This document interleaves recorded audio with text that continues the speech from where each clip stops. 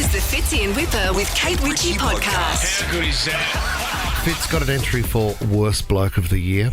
Always great when these come through, where you just can't believe how one bloke's handled himself.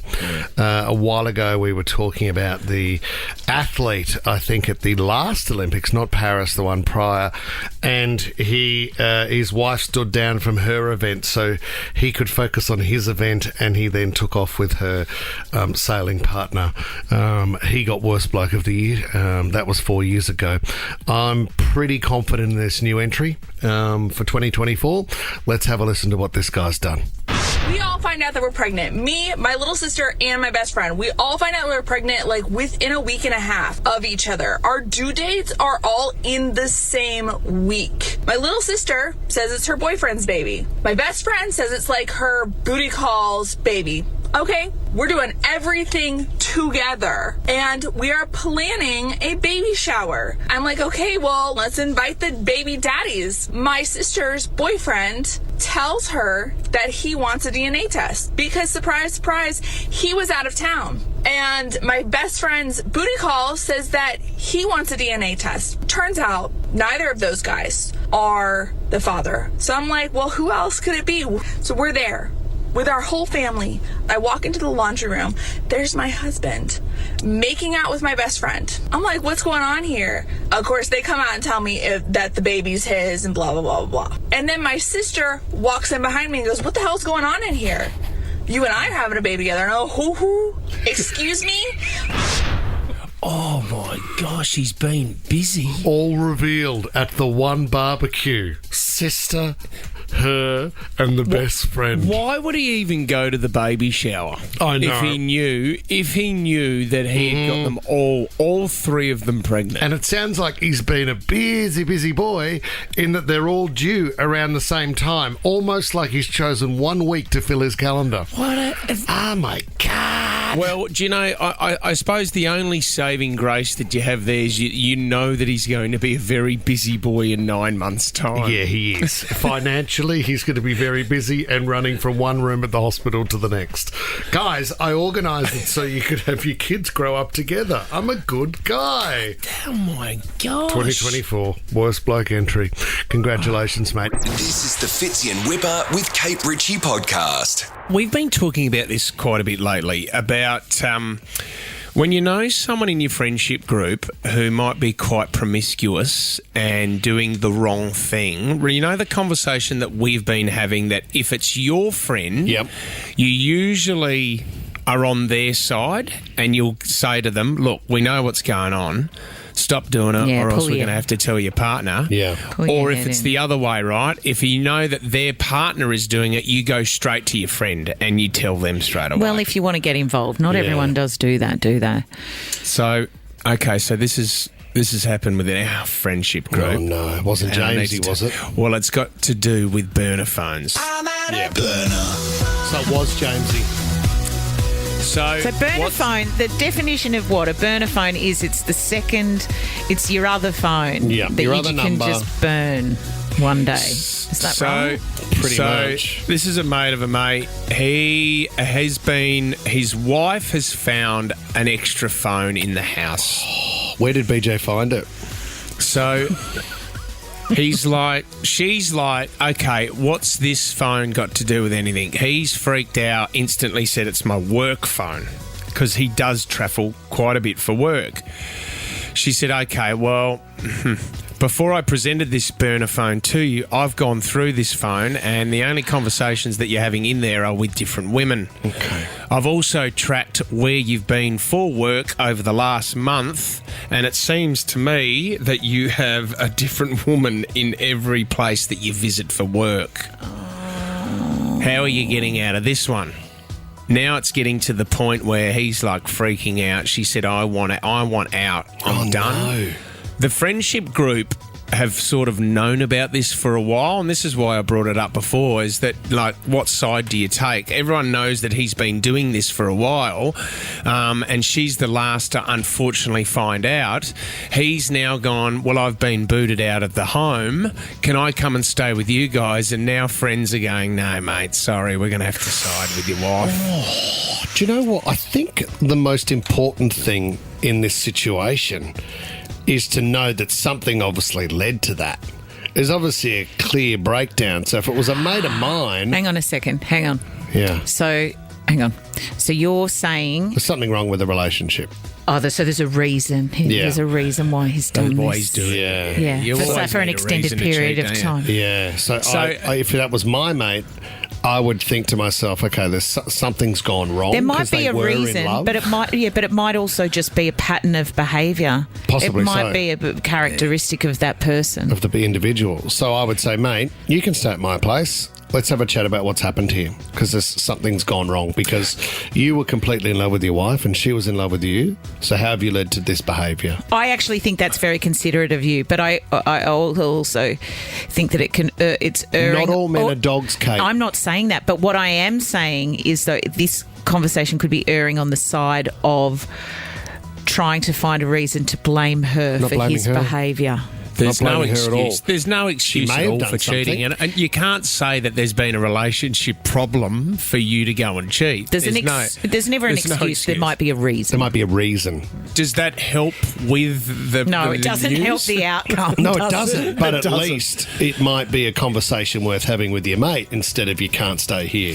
Oh no, I That's know. what I'm saying. I know you need. There's a human side to this. Absolutely, he is also a person going through Yeah. something. You've got to be wary of someone with an extra phone. Burner phones, people who walk around with extra phones. I don't care. Technology these days, you don't need two phones. I can't you suggest... You don't need a work phone and you don't need a personal phone. The Some phones- people do. It must be a horrible feeling, though, when you are in a relationship with someone and you find an extra phone. Because then your first thought is, do I go through it? Do I confront them? What do I do? How do I open this can of worms? Why would somebody have a second phone? What did you find out when you realised they did? Mel knows a lot about a burner phone. Tell us about it, Mel. Yeah, found out that my partner of 7 years was using his work phone as a burner phone, and, you know, typical tradie, calls a lot of builders, but I thought, God, you're calling this builder an awful lot. It just didn't seem right. So went on his Google timeline and could see every single time that he was at a certain address, and I knew whose address it was. Yeah. I didn't really know her, but I knew of her. Yeah. So for the last 2 years of our 7-year relationship, he was leaving work early, you know, not picking up our son on time from daycare, Oh, no, going to her Mel. house, and then proceeded to tell me that, it was nothing physical. And I'm thinking, buddy, you don't go to someone's house at 3 a.m. for a chat. No, you Just don't. doesn't seem quite right. What Mel. happened, Mel? So I was like, you know, loved him that much, but I was like, you know, we can fix this. Let's go to counselling. And he's like, no, can't do it. And that was it. 7 years of my life down the drain. And how old is your son, Mel? He is 6 years old. So, And he's- you know, yeah. ever since he was, you know, A 4 years baby. old. And then, Mel, what is Yeah. he? Is he with the other girl now? I have no idea. Like, I don't speak to him at all. Stay out And of I it. think for women out there, as a mental health thing, if you think that someone is toxic for you, just don't do it. Don't do it to yourself. Oh, Mel, you poor thing. Thank you for sharing. Great words of advice, Mel. You look after yourself Oh, and your jeez. beautiful son. Here's the story we've been waiting for. Charlotte, what happened? Morning. I had dropped my phone or broke my phone or lost my phone, and I asked my family who had a spare phone. My sister-in-law had said, I've got a spare phone, I'll let you have this one. Yeah. So she gave me the phone willingly. And so the next day I popped my SIM card in or opened up the phone, and the first message, you know those old phones that it came up with a message at first? Yes. So mine said, good morning. Hers said, I love cock. And that was the first wow moment. And then I kept looking through this phone because there was still messages. So I had to look through, and there were messages in there from maybe up to 5 different men. So having a look through there, reading all the messages, thinking, oh my gosh, hang on, this woman is married to my brother. And really likes Coke, yeah. What? When I got down to, it gets worse. When I got down to another message, I kept reading it, looked at the phone number. It was my current partner. So my sister-in-law. What? I know. And What? it gets even worse. And your It husband? gets worse. It wasn't my husband, it was my partner, so we weren't married. But the time in which she was talking to him and this was all happening, my brother, her husband, was in hospital with cancer. So, just horrific. And so, needless to say, she's now my ex-sister-in-law. It was horrific. That is extraordinary. What did you do? Well, I had 3 people to talk to, my sister-in-law, my brother, and my partner. I started with my brother and said, look, this is what it is. And he's like, no, that's not her phone. I've never seen this phone before. And I had to explain that she gave me the phone. You saw her give me the phone. This is the phone that she gave me.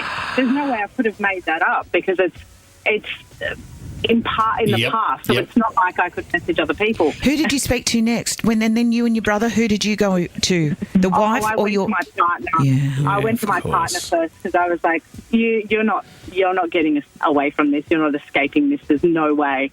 So needless to say, it's the next partner as well. So that's great. And then it was the sister-in-law. But I made sure I did that in front of the whole family while my partner and my brother's wife were there and my whole family, just so everyone understood the situation. What, so your mum and dad were there? Yeah, absolutely. You'd have to classify that as a 3rd-degree burner phone, if you know what I mean. That's the harshest of burns. Oh, my That is goodness. a wild story. We're going to need to digest that. The Fitzy and Whipper with Kate Ritchie podcast. Get involved, guys. If your parenting style is to lie to your children to get them to do things that you want them. Is that a style, or is that just being a parent? Oh, look, I don't think every parent does it. Some people don't lie. I've heard about those. Families where the parents have made the commitment to each other as parents that we simply will not lie. So when a child asks anything, regardless of what it is, and I won't talk about the thing that I'm talking about in my head. There's a few things throughout the year. Like, just be very honest about it. Well, I don't agree with... Neither do I. I actually don't agree with that. But I don't mind this story. I think you may have done it in your house, Whip. Don't know about you, Fitzy, but get involved if you've done something like it, 2410. It comes from the UK, and it's about a footballer. And now that I'm playing for the Menai Hawks on Saturday, every story I bring to the show now will be somehow related to football. There's a guy that plays for Carlisle United. He and his wife, lovely Abby, they have 2 children who are 5 and 3. And he's away a lot, I would imagine, travelling with the team. And so as far as their birthdays go, they have decided very early on in the kids' lifespan that they're not going to celebrate the kids' birthdays on the day that the children were born. They will just pick a date throughout the year that suits them in the calendar and say, it's your birthday on Saturday. And because daddy's home, no one is... The kids are none the wiser, but it does mean that the family can be together to celebrate, and they're not calling dad on the birthday. So does it change every year, or do they pick it early? Well, it changes. I'm guessing a football schedule changes when they put out the whatever it is they put out, the schedule. Yeah, but if they want the kids to play footy, this is the thing. What under are they in? What's your actual birthday?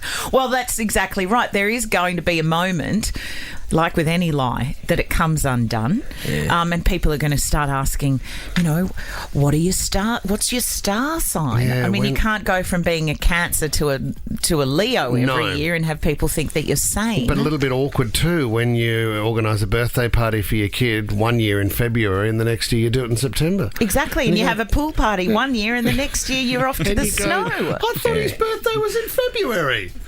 We just sit down and make it up each year, depending on what fits into our schedule. Well, maybe when they're younger, it it's harmless, isn't it? And I think the parents say that they haven't come up against too much backlash because they're actually doing it so that the kids can have the family together, and they see that to be the desirable outcome for a birthday. We had a bit of an issue last night, and I'm not going to go into details, but I just wanted to throw a bit of a message out there for parents.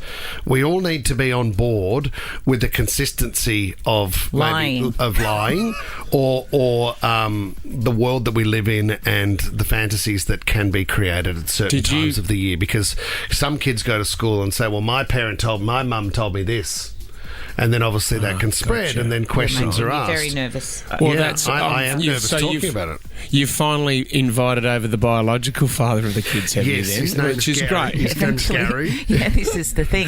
You thought it was better for the family, but eventually the kids are going to find out. His name's Gary. He was a taxi driver. He was on Naked Attraction. You've done it for the birthday, though, haven't you? What? Lied about the birthday? Have you lied about the birthday or just put the party at another time of year? Jack's party's still coming. I mean, his birthday was in June, but we're organising that soon. Yeah. Because it's turned into a little bit of, we're going to do that soon.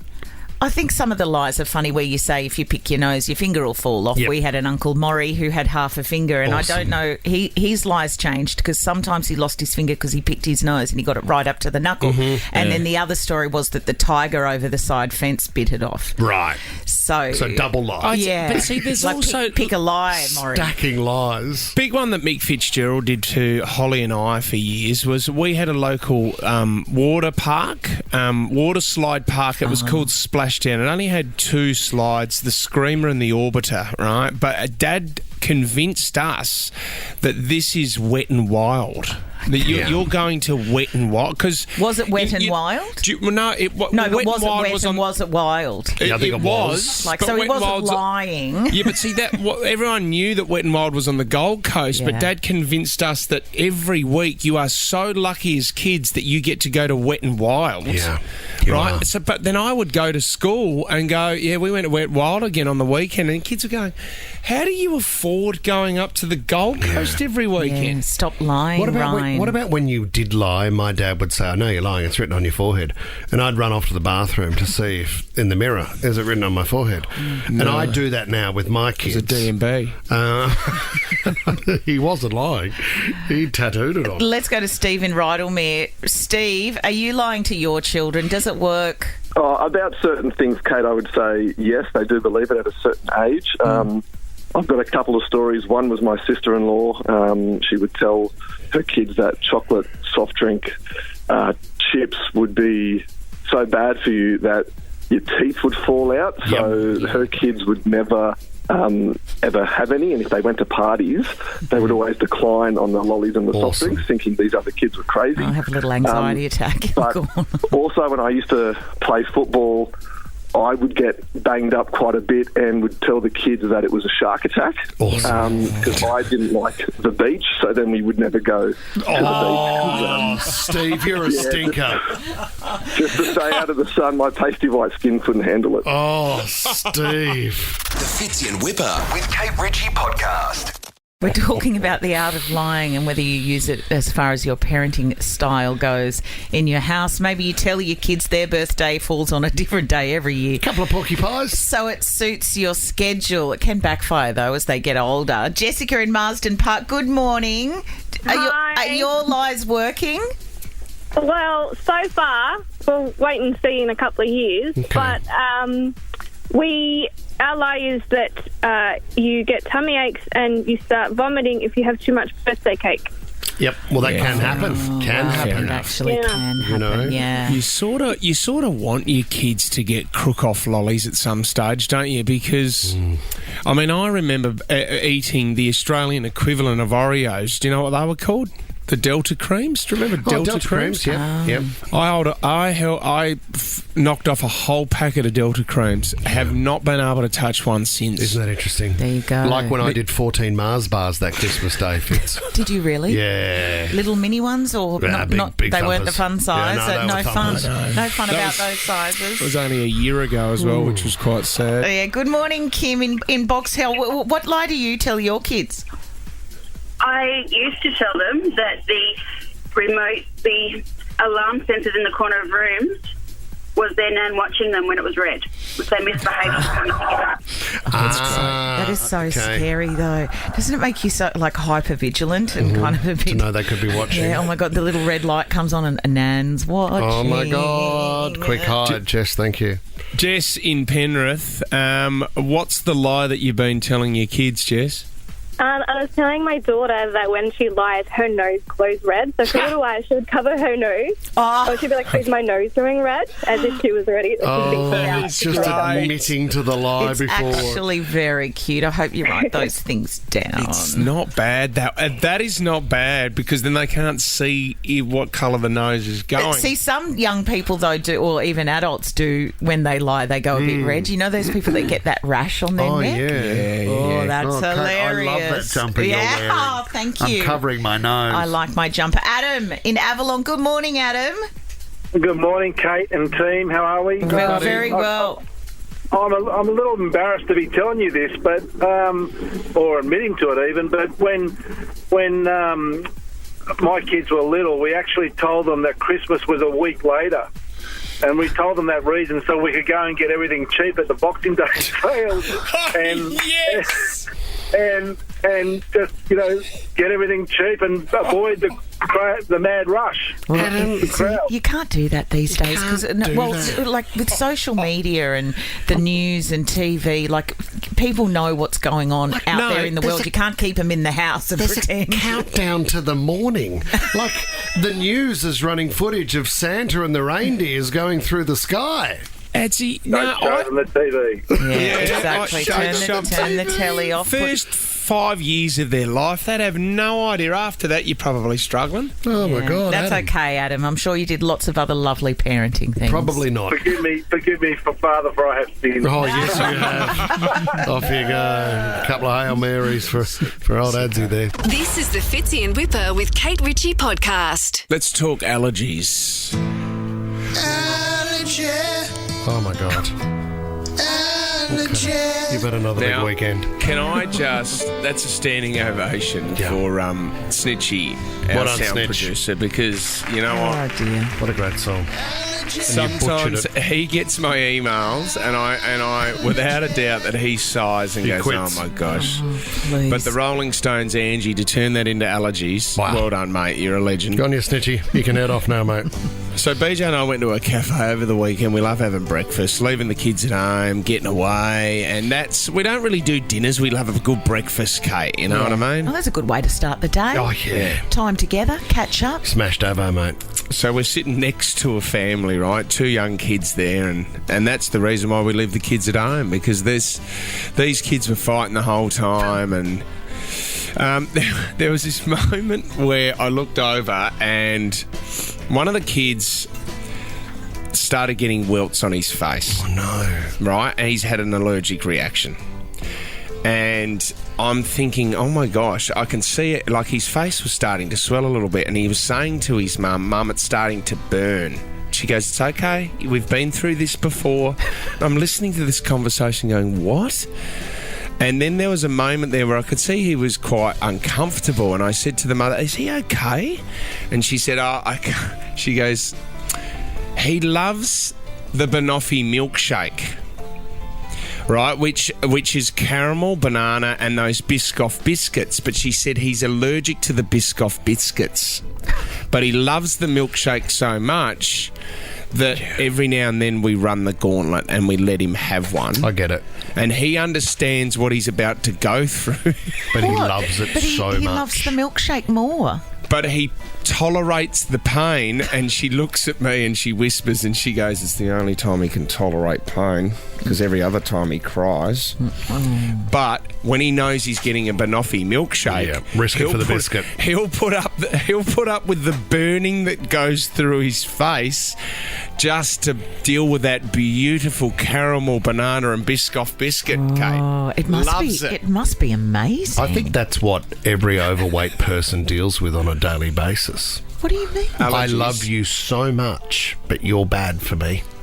It's this love-hate where I look in the freezer and I see that tub of ice cream. Yeah, that and I Viennetta. go, will I go through a week of hating myself? Yeah, but you're not allergic to it. But you're not allergic. It's the same thing. It's not really. it's not, Do you remember, if Fitz, you were when we allergic were- to dairy or something, it would be the same thing. Remember we were in the Qantas Club that time, Fitz? We were about to get on a long-haul flight and my stomach was terrible and I knew that it had been abused for a week in LA. I said, I can't do it, Fitz. I can't do it. Get me a beef burger. I had the beef burger and I knew it would have a bad reaction. But I had to have that beef burger. Do you know what Whipper We nearly does? missed the flight. I was on the old toot for a good hour or so. Do you know, and we're very, very lucky with our job, and Qantas over the years has looked after us. So when we go overseas, right, we're lucky to get into the first class lounge, right? Which is Yeah. for anyone that hasn't been in there. I walk in there and go, oh my god, this is like it's a restaurant, and they give you a menu. So you sit down and you can order. This is where they make mistakes because they say to you, yeah, you can order whatever you want as much as you want. It's basically all you can eat, which is a stupid move to say to a man like Michael Whitfley. So what he does, Kate, he eats so much in the first class lounge, and then Tommy does it. He gets his glass of champagne and goes, bloody, here's to you. You know, we did it. We've got there. Then Kate forgets that when you get on a plane, an hour after takeoff, they serve you meals. They start feeding you. How And then early do you get to the airport to make the most of the As lounge? soon as the lounge is open. And then he goes, There goes the calamari. well, I can't just leave this meal that they've given me. You eat So at he'll- that as well? Don't you just get on and go to Yeah, sleep but then I'd had so much to eat and drink by the time we landed in LA, and the only room available, the rest of the rooms weren't ready, was Fitzy's, and I had to go and put myself to bed. And he fell asleep. I have a lot. Do you know- I dove into Fitzy's bed, and it wasn't too good. Do you know the sad thing is while we're waiting for the bags at the LA airport, he goes up to the LA first class lounge and has another meal up there. Did you? The Fitzy and Whipper with Kate Ritchie podcast. Now, I want to talk about hygiene this morning. So you've got a friend who has a hygiene issue. Actually, let me start with the fact, and I don't know if this has happened to anybody else, but I do have a deodorant problem at the moment because I'm not going to say which deodorants, right? But I use a roll-on deodorant. Yep. And I've used this. I love it. You have to use the roll-on. Where do you use it? Under my arms. A lot of people use it more than just under their arms. I do know some people who have put it under their arms, under their bosoms if they are heavier on the top. So that's a friend of yours again? No, not me. Sweaty bird. I have not heard Sweaty bird. buzzies for ages. That's It my was 'cause mum someone, talking. yeah, someone said it to me the other day. Not to, it was just whatever. Anyway, and so I've been using the same deodorant for like years and years, and I don't know what has happened, but I've changed, and it just doesn't work. Is it that your body gets used to using a particular? I think it does. Deodorant. Anyway, that's by the by. Okay. Like, that's not what I want to talk about. This is about the grossness of sharing things in the house and maybe something you would never share. Okay. So give us a call, 13 24 10. Some people are weird about the toothbrush.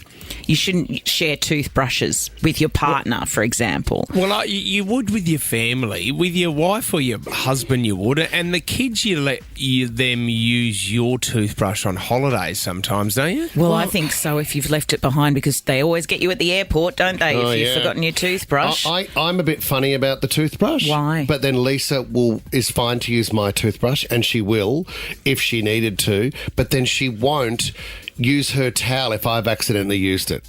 Why? So what's wrong with sharing a towel? Maybe because you're hairy, so when you use the towel, your towel would be soaking. I get wet. He needs 3 towels to dry off. He does one for the back. Anyway, we don't need to go through it.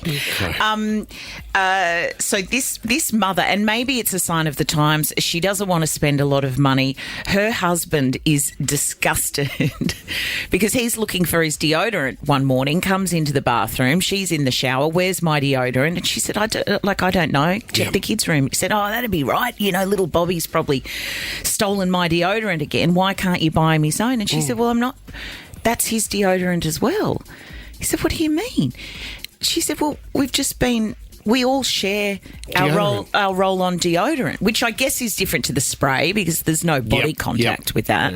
But he's like, just go and spend the money. She said, it costs a fortune. Now, I've just been Googling. Yeah, it does. Well, a spray can's about $10 and a roll-on's about $3 to $4. Right. Depending if you're not buying it at the airport, obviously. I refuse to pay full price for deodorant. You wait for half price. There's always 2 for half $1. price. Costco, online, police sales. But then you've got to always switch them up. So you may get Dove 1 minute, then you get your Rexona next. I can't do that. This is the thing. I've got to stick with the same one. I would rather use someone's toothbrush than their roll-on deodorant.